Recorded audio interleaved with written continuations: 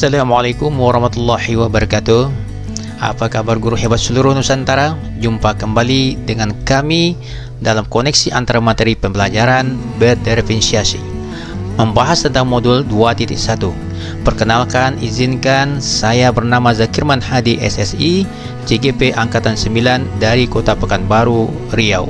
Alhamdulillah dibimbing oleh tim leader yang handal, yaitu Pak Syarifuddin SP, SPD, MPD sebagai fasilitator, dan Bu Nanda Gita Rahmawati SPD sebagai tenaga pengajar kami yang hebat. Bapak Ibu guru seluruh Nusantara, pembelajaran berdiferensiasi merupakan pembelajaran yang dikembang untuk merespon kebutuhan murid dalam belajar yang bisa berbeda-beda. Nah, kebutuhan murid yang harus kita perhatikan dalam pembelajaran berdiferensiasi, kita memandang dari beberapa aspek. Yang pertama, dari kesiapan belajar siswa. Yang kedua, dari minat belajar siswa. Yang ketiga, dari profil belajar daripada murid. Nah, bagaimana pembahasan tentang kesiapan belajar siswa? Kesiapan belajar siswa merupakan kemampuan awal yang harus dimiliki oleh peserta didik untuk menunjang keberlangsungan proses pembelajarannya. Kesiapan belajar siswa harus diperhatikan. Setelah itu baru kita memperhatikan minat belajar mereka. Minat belajar sangat penting dan sangat perlu diperhatikan. Minat belajar adalah dorongan dalam diri sendiri untuk melakukan sesuatu yang dapat membuatnya tertarik dan senang dengan pembelajaran kita.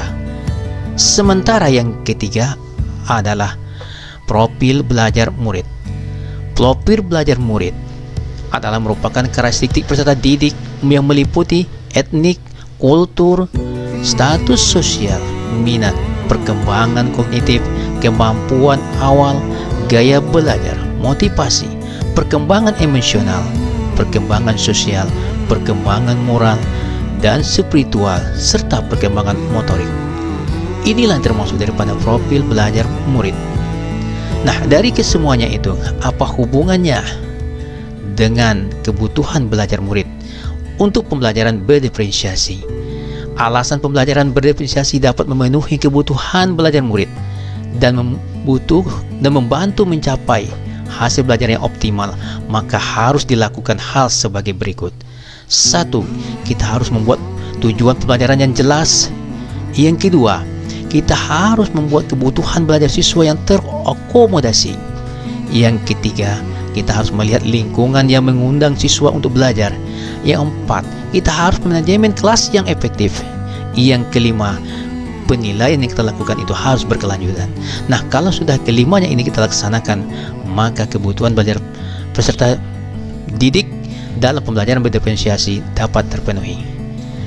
Nah, kaitan antara materi dalam modul ini dengan modul lain di dalam program pendidikan guru penggerak dengan pembelajaran berdiferensiasi dapat kita sampaikan sebagai berikut. Modul 1.1 kaitannya dengan berdiferensiasi adalah filosof pembelajaran Ki Hajar Dewantara menegaskan bahwa pendidikan menghambakan diri kepada anak didik, atau bisa diartikan berpihak kepada siswa. Hal ini sesuai dengan pembelajaran berdiferensiasi, yakni pembelajaran yang harus berorientasi kepada kebutuhan murid.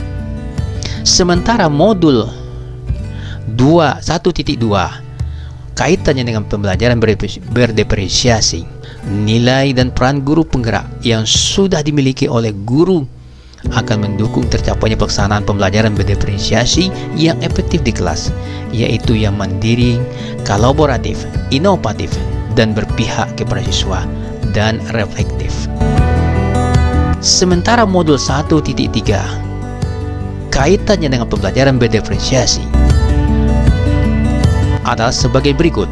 Salah satu kegiatan yang bisa mendukung tercapainya visi guru penggerak tentang siswa impian adalah dengan melaksanakan pembelajaran berdiferensiasi.